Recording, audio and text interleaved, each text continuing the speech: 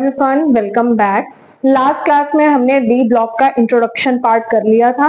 वैसे मैंने उसमें ट्रांजिशन सीरीज, जो 4 ट्रांजिशन सीरीज हैं, उसके बारे में भी रिकॉर्ड किया था, वो भी मैंने उसमें डिटेलिंग की थी। लेकिन ऑडियो में ग्लिच होने के कारण मुझे वीडियो का 70% पोर्शन कट करना पड़ा और मैंने सिर्फ 30% पोर्शन ही अपलोड किया था। अब मैं वो टॉपिक्स जो उसमें मिस हो चुके हैं, कट हो चुके हैं, वो दोबारा से यहाँ पर डिस्कस कर रही हूँ। लास्ट में हम कॉन्फ़िगरेशन का, जो मैंने अपलोड किया है पोर्शन, उसमें कॉन्फ़िगरेशन का पार्ट चल रहा था, जिसमें मुझे अपनी वॉइस को रिकॉर्ड करके ही जो है अपलोड करना पड़ा। तो वो मैं लास्ट का पोर्शन थोड़ा सा रिकैप कर रही हूँ। उसके बाद हमने हाईलाइट किया था पार्ट, जो मैंने कहा था कि ट्रांजिशन मेटल्स एक और वजह से बोलते हैं, वो भी हम आज डिस्कस करेंगे। फिर हम टाइप्स ऑफ ट्रांजिशन सीरीज, वो जो 4 ट्रांजिशन सीरीज हैं, उनको हम स्टडी करेंगे। तो देखते हैं आज इस लेक्चर में कितना पोर्शन कवर होता है। जितना हो जाता है वो हम करते हैं स्टार्ट। तो जो डी ब्लॉक की कॉन्फ़िगरेशन थी, वो हमने लिखी थी n-1 d 1 to 10 ns2। General configuration D block elements की हमने ये लिखी थी। अब मैंने स्कैंडियम का एग्जांपल लिया था, अब मैं किसी और एलिमेंट का एग्जांपल लेकर एक्सप्लेन करती हूँ। जैसे हमारे पास मैंगनीज है, मैंगनीज एटॉमिक नंबर 25 होता है। अब इसका अगर हम इसकी कॉन्फ़िगरेशन को लिखें ओवो प्रिंसिपल के अकॉर्डिंग, तो वो कॉन्फ़िगरेशन बनेगी 1s2 2s2 2p6 3s2 3p6 4s2 3d5। देखो, वैसे तो हम यहाँ तक आर्गन 18 करके लिख सकते हैं, बट कई स्टूडेंट्स को इसमें कंफ्यूजन रहती है कि आर्गन आया किस तरह से। वो 18 एटॉमिक नंबर जिनको याद नहीं होते एटॉमिक नंबर्स, उनके लिए बहुत कंफ्यूजिंग रहता है। तो मैंने पूरी ही कॉन्फ़िगरेशन लिख दी है complete. 1s2 2s2 2p6 3s2 3p6 4s2 3d5। अब इनमें कॉन्फ़िगरेशन में जो आगे वाला नंबर होता है, वो तो होता है प्रिंसिपल क्वांटम नंबर, जैसा कि हमने स्टडी कर रखा है कॉन्फ़िगरेशन के बारे में। और जो नेक्स्ट वाला होता है वो है एंगुलर मोमेंटम क्वांटम नंबर। तो जो हमारा प्रिंसिपल क्वांटम नंबर है, वो सबसे बड़ा नंबर कौन सा है यहाँ पर इसकी कॉन्फ़िगरेशन में? मैक्सिमम वैल्यू n की, n से रिप्रेजेंट करते हैं प्रिंसिपल क्वांटम नंबर को। तो n की वैल्यू यहाँ क्या है? 4, और 4 वाला s ऑर्बिटल है। देखो यहाँ पे n की वैल्यू 4, s में कितने इलेक्ट्रॉन्स है यहाँ पे? ये इलेक्ट्रॉन्स रिप्रेजेंट करते हैं जो पावर में होते हैं। तो कितने इलेक्ट्रॉन है यहाँ पे? 2। अब उससे छोटा नंबर जो d ऑर्बिटल है, वो कौन सा है? 3d orbital. और ये कितना कम है? 4 से सिर्फ एक ही नंबर कम है। तो ये क्या हो जाएगा? n-1 कितना है? 3 है। और 3 कौन से वाला है? d ऑर्बिटल वाला। तो इसको कंपेयर करो इससे। n की वैल्यू 4, n-1 मतलब उससे पहले वाला d ऑर्बिटल। ये होती है इनकी जनरल इलेक्ट्रॉनिक कॉन्फ़िगरेशन। हम लिखते तो वो प्रिंसिपल के अकॉर्डिंग ऐसे इंक्रीजिंग ऑर्डर में, पर हमें जब इसको असाइन करना होता है इस तरह से वैल्यूज, तो क्वांटम नंबर के अकॉर्डिंग पहले कौन आएंगी? 1 वाली वैल्यूज। 1 की तो एक ही वैल्यू है 1s। फिर 2 वाली वैल्यूज, 2 की 2 वैल्यूज हैं 2s 2p। 3 की 3 वैल्यूज होती हैं 3s 3p और 3d। फिर उसके बाद आएगा 4, और 4 से स्टार्ट हो जाता है f ऑर्बिटल। तो ये बन गई हमारे पास general electronic configuration D block elements की। अब हमारे पास 4 तरह की सीरीज होती हैं। फर्स्ट होती है 3D सीरीज, उसके बाद 4D series, 5D and 6D। ये 4 सीरीज हमारे पास होती हैं ट्रांजिशन मेटल्स की। 4 सीरीज को असाइन करने का जो पर्पस है, मतलब ये किस तरह से असाइन की हुई है। ये जो 3D ऑर्बिटल है, जिनका लास्ट इलेक्ट्रॉन, जिन एलिमेंट्स का लास्ट इलेक्ट्रॉन 3D सबशेल में आता है, वो 3D सीरीज को बिलोंग करते हैं। जिनका लास्ट इलेक्ट्रॉन 4D में आएगा, जैसे जैसे डाउन द ग्रुप जाते जाओगे 4D, फिर 5D, फिर 6D। और जो ये आगे वाला नंबर होता है ना, इसी से हमें पता चल जाता है कि हमारा पीरियड कौन सा है, 3rd पीरियड है या 4th पीरियड है या 5th या 6th। इससे हमें पीरियड का भी पता चल जाएगा। तो 3rd पीरियड की सीरीज के जो है ट्रांजिशन मेटल्स, वो 3D सीरीज के हैं। 4th पीरियड के हैं जो 4D सीरीज के, 5th पीरियड के 5D, और 6th पीरियड के जो भी एलिमेंट्स हैं they will be 6D series elements. अब इनकी सीरीज को पहले लिख लेते हैं सारा, फिर वो हम उस क्वेश्चन का आंसर करेंगे कि ट्रांजिशन मेटल्स को ऐसा क्यों कहा जाता है और कौन से ऐसे मेटल्स हैं जिनको हम ट्रांजिशन मेटल्स नहीं बोलते। है तो डी ब्लॉक के, पर हम फिर भी उनको ट्रांजिशन मेटल नहीं बोलते। उसके लिए पहले हमें इन सीरीज को लिखना पड़ेगा कौन कौन सी सीरीज है। और जो हमारी मेन सीरीज जो हमें पढ़नी है, हम इसके बारे में डिटेलिंग करेंगे। हमारे +2 के सिलेबस में 3D सीरीज ही है डिटेल्ड में, उसी को ही हमें स्टडी करना है। 4D और 5D सीरीज में से जिन एलिमेंट्स के बारे में स्टडी करना है उनको हाईलाइट करेंगे। इस सीरीज को तो हमें पढ़ना ही नहीं है। ये लैंथेनाइड एक्टिनाइड्स वाली सीरीज चल जाती है, वो F ब्लॉक में चले जाते हैं आगे फिर, तो इन सीरीज को नहीं पढ़ना है। हमें सिर्फ 3D 4D और 5D को हम लिखेंगे तीनों को, पर स्टडी नेमिंग और जो भी कॉन्फ़िगरेशन वगैरह है वो हम 3D सीरीज के बारे में ही करेंगे। तो अब स्टार्ट करते हैं सीरीज की क्लासिफिकेशन। अब करते हैं चारों सीरीज। फर्स्ट सीरीज हमारे पास है 3D सीरीज। 3D सीरीज हमारी एटॉमिक नंबर 21 से लेकर 30 तक होती है। बाकी जो दो सीरीज मैंने कही है 4D और 5D, उसमें जिन एलिमेंट्स को हम हाईलाइट करेंगे सिर्फ हमें उसका एटॉमिक नंबर याद होना चाहिए। और इसका हमें 21 से 30 तक के सारों के एटॉमिक नंबर, उनका जो एटॉमिक मास है, मास की कैलकुलेशन भी मैंने करा रखी है, और जो उनकी कॉन्फ़िगरेशन है वो हमें याद होनी चाहिए। नेम भी याद होना चाहिए, सिंबल, सब कुछ हमें याद होना चाहिए इस सीरीज के बारे में, तभी हम डी ब्लॉक एलिमेंट्स कंप्लीट कर पाएंगे। अब ये सीरीज 21 से 30 तक है। एटॉमिक नंबर Z से हम एटॉमिक नंबर को रिप्रेजेंट करते हैं। फर्स्ट एलिमेंट है scandium, second is titanium, vanadium, chromium, manganese, iron, cobalt, निकल, कॉपर एंड जिंक। थोड़ा टाइट मैंने लिख दिया है, स्टार्टिंग में मैंने लूज लिख दिया है, but it is clearly visible. First scandium जिसका एटॉमिक नंबर है 21, सेकंड टाइटेनियम, मैं इनके नाम भी लिख देती हूँ अगर आपको नाम भी लिखने इनके, 23, 24, 25, 26, 27, 28 atomic number, 29 and last is 30th atomic number। मैं इनके नाम लिख देती हूँ। First is scandium,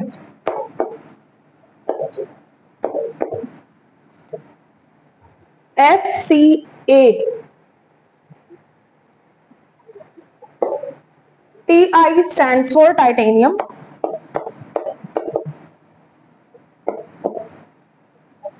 V stands for vanadium, CR stands for chromium, ये CR है क्रोमियम,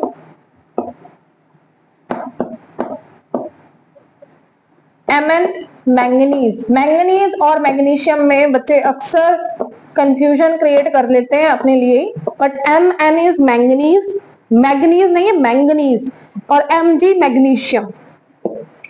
Fe, इससे तो हम हर कोई वाकिफ है क्योंकि हमारे पास डिस्प्लेसमेंट रिएक्शंस जो होते हैं 10th में, उसमें आयरन मेन ही रोल प्ले करता है।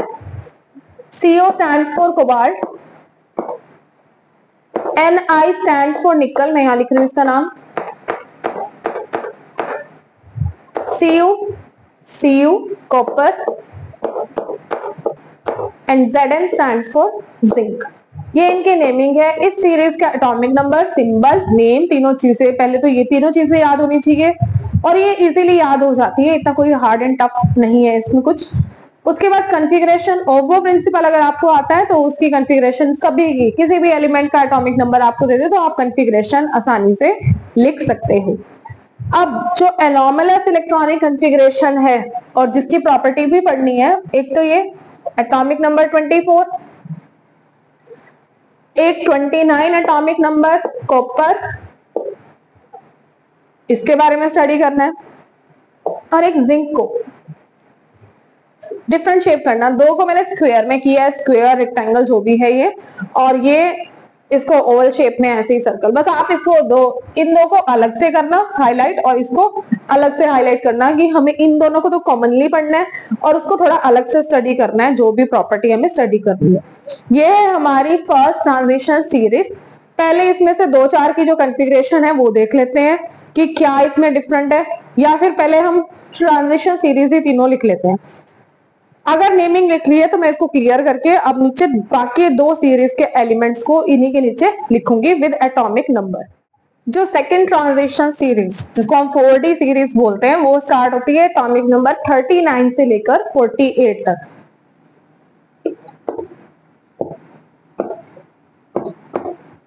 बिल्कुल एडजेसेंट इसी के नीचे लिखना, क्रोमियम के नीचे मॉलिब्डेनम,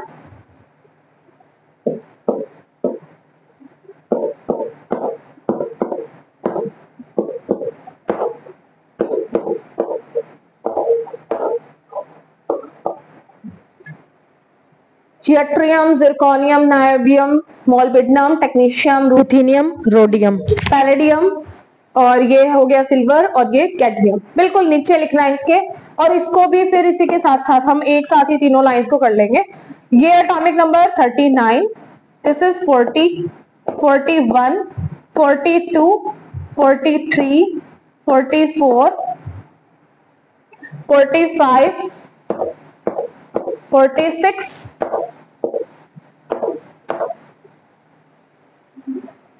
47 और 48 ये हो गए एटॉमिक नंबर्स। ये कौन सी सीरीज है? 4D series.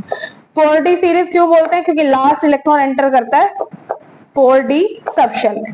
उसके बाद लास्ट है, मतलब जो हमें स्टडी करनी है, 5D सीरीज। वो एटॉमिक नंबर पहले वाला जो एलिमेंट है इसका एटॉमिक नंबर 57 है, पर इसके बाद वाले एलिमेंट्स का जो एटॉमिक नंबर है वो 72 से स्टार्ट होगा।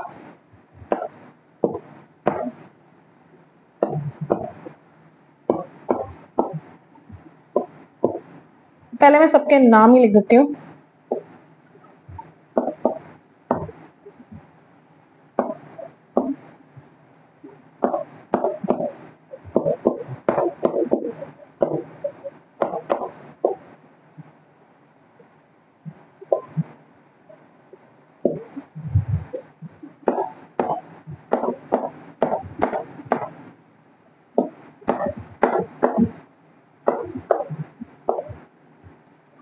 सेकेंड सीरीज हमारी थी एटॉमिक नंबर 39 से लेकर 48 तक, और जो थर्ड ट्रांजिशन सीरीज है 5D सीरीज, उसमें पहला एलिमेंट लैंथेनम, उसका एटॉमिक नंबर 57 है, और उसके बाद ये 72 से स्टार्ट होके हम 80 तक लिखते हैं। 5D सीरीज ये हो गई। वैसे तो इसे याद करने की जरूरत नहीं है, तीनों सीरीज को, मतलब एक सीरीज तो याद होनी चाहिए, बाकियों को याद नहीं करना है। पर इसको फिर भी अगर याद करना है, इसकी बहुत ही आसान सी ट्रिक है, उसकी मैं एक वीडियो, शॉर्ट वीडियो अपलोड कर दूंगी बनाकर, कि किस तरह से निमोनिक्स या जो कहते हैं राइम स्कीम टाइप से हम याद कर सकते हैं, जैसे हमने फर्स्ट सेकंड थर्ड। और वैसे भी मैंने जब बिल्कुल स्टार्टिंग में जब अपना चैनल स्टार्ट किया था तो उसमें मैंने पीरियोडिक टेबल की कंप्लीट वीडियो डाली थी, तो उसमें मैंने बता रखे किस तरह से इसको आप याद कर सकते हो सीरीज को, तो वो आप वहां जाके देख सकते हैं, लिंक मैं शेयर कर दूंगी। तो अब ये पूरी लाइन हाईलाइट करो।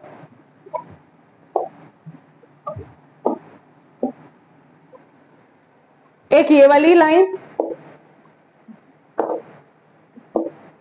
और एक ये वाली लाइन। बाकी मैं अभी एटॉमिक नंबर्स को यहां से क्लियर कर देती हूँ क्योंकि बहुत ज्यादा कंफ्यूजिंग लग रहा है। बट ये आपको याद रखना है कि क्रोमियम 24, मॉलिब्डेनम 42 और टंगस्टन 74। ये W टंगस्टन का सिंबल है। फिर उसके बाद कॉपर 29, सिल्वर 47, गोल्ड 79। फिर जिंक, कैडमियम और मरकरी, ये तीनों भी मोस्ट इंपॉर्टेंट एलिमेंट्स हैं इस पीरियोडिक, मतलब इस डी ब्लॉक के। 30, 48 और 80 एटॉमिक नंबर है। तो अगर आपने ये सीरीज लिख ली है तो मैं इसको अब क्लियर कर देती हूँ।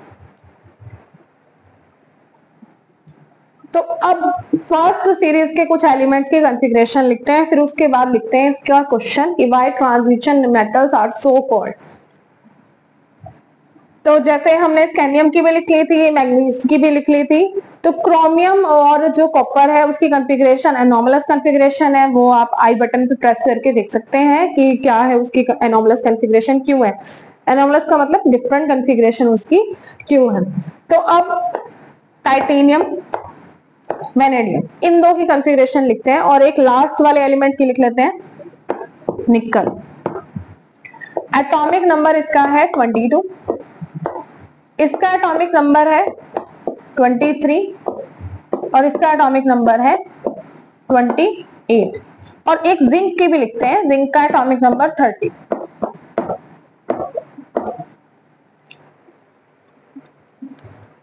टाइटेनियम की कॉन्फ़िगरेशन 22 इलेक्ट्रॉन्स के बेसिस पे हमने लिखनी है। 1s2 हो गया, 2s 2p6 3s2 3p6 4s2 and 3d2।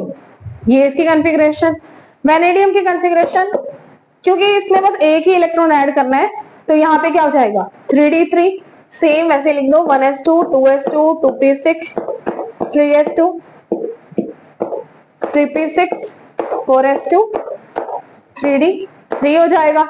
यहाँ 28 5 इलेक्ट्रॉन्स और एक्स्ट्रा है तो यहाँ पे क्या हो जाएगा 5 ऐड कर दो 8 बन जाएगा। सेम लिखना है यहाँ तक, 4s तक बिल्कुल सेम आएगा और उसके बाद ये क्या बन जाएगा 3d8। जिंक की कॉन्फ़िगरेशन सेम यहाँ तक तो ऐसे ही रहेगी। कितने इलेक्ट्रॉन्स है इसमें 2 और ऐड करने हैं तो ये क्या बन जाएगा 3d10। मैं यहाँ बिल्कुल लाइन लगा रही हूँ सीधी, आपको लाइन नहीं लगानी, आपको कॉन्फ़िगरेशन लिखनी है जैसे ऊपर लिखी हुई है। मैंने बस यही ऐड कर दिया। 22 था एटॉमिक नंबर तो यहाँ 2 इलेक्ट्रॉन्स, 23 हुआ तो यहाँ 3 इलेक्ट्रॉन्स, 28 हुआ तो यहाँ 8 इलेक्ट्रॉन्स हो गए और 30 नंबर आया तो यहाँ 10 इलेक्ट्रॉन्स। जितने वहां एटॉमिक नंबर में एडिशन हो रही है मैंने उतने इलेक्ट्रॉन यहाँ पर ऐड कर दिए। अब डी ऑर्बिटल में हमारे पास कितने ब्लॉक बने होते हैं, मतलब ये जो होते हैं बॉक्स हम बनाते हैं जिसमें हम फिल करते हैं इलेक्ट्रॉन्स को। डी सब शेल में 5 ऑर्बिटल है। अगर ये क्लियरली विजिबल नहीं है, ये थी निकल की और ये थी जिंक की कॉन्फ़िगरेशन। डी ऑर्बिटल में, डी सब शेल में हमारे पास 5 ऑर्बिटल्स प्रेजेंट होते हैं।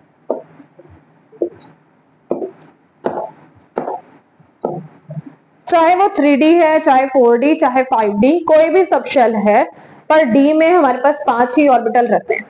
अब 3D2, अगर मैं ये टाइटेनियम वाली कॉन्फ़िगरेशन का लास्ट सब शेल का 3D का इलेक्ट्रॉन यहाँ फिल करूं तो 1, ये किस अकॉर्डिंग हम फिल कर रहे हैं, hunts rule of maximum multiplicity के अकॉर्डिंग हम फिल कर रहे हैं। पेयरिंग तब तक नहीं हो सकती जब तक सारे ऑर्बिटल सिंगली ऑक्यूपाइड ना हो जाए। जितने इलेक्ट्रॉन अवेलेबल है उतने ही फिल करने हैं, हमें अपनी मर्जी से नहीं इलेक्ट्रॉन फिल करने हैं। ये किसके लिए लिखी हमने, टाइटेनियम के लिए।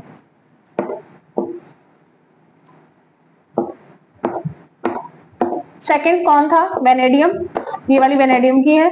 वेनेडियम में कितने इलेक्ट्रॉन है, 3 इलेक्ट्रॉन्स हैं तो ये क्या बन जाएगा, कॉन्फ़िगरेशन क्या आएगी 1 2 3। ऐसे ही अगर हम निकल के लिए लिखें, ये टाइटेनियम की है, ये वेनेडियम की। निकल में 3d8 था,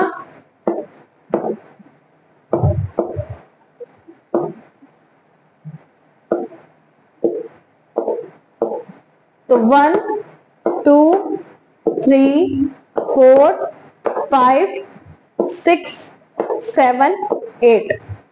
अभी भी 2 इलेक्ट्रॉन ऐसे हैं जो अनपेयर्ड है। यहाँ पे कितने इलेक्ट्रॉन अनपेयर्ड है, 2। यहाँ पे कितने इलेक्ट्रॉन अनपेयर्ड है, 3। और लास्ट हमने जिंक का, जिंक 3d10 था।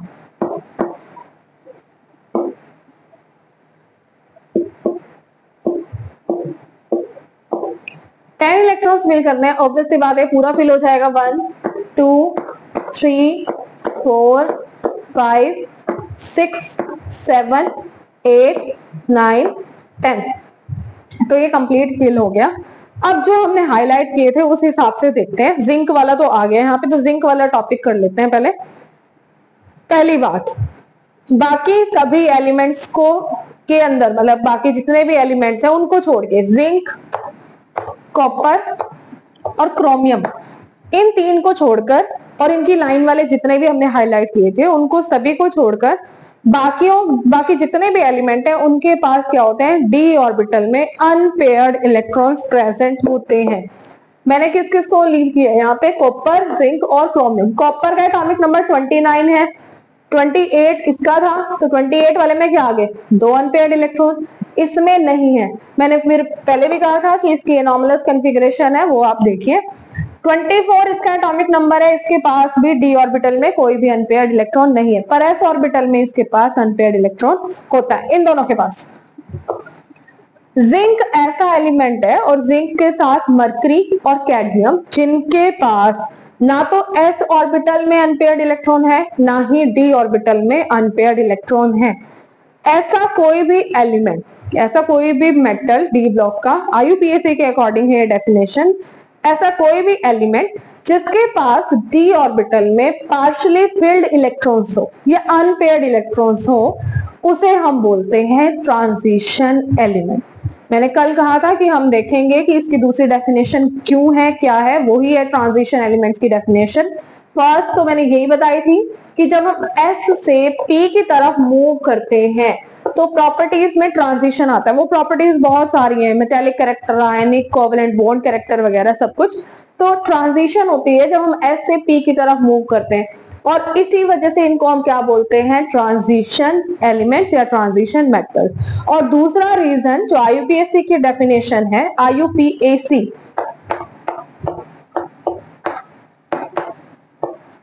International union of pure and applied chemistry जो है, IUPAC आप सब वाकिफ हैं इससे नाम से, उसके अकॉर्डिंग कोई भी ऐसा एलिमेंट, मेनली डी ब्लॉक का और एफ ब्लॉक का ऐसा कोई भी एलिमेंट जिसमें डी सबशेल में अनपेयर्ड इलेक्ट्रॉन पार्शियली फिल्ड हो डी सबशेल, उनको हम बोलते हैं ट्रांजिशन एलिमेंट्स।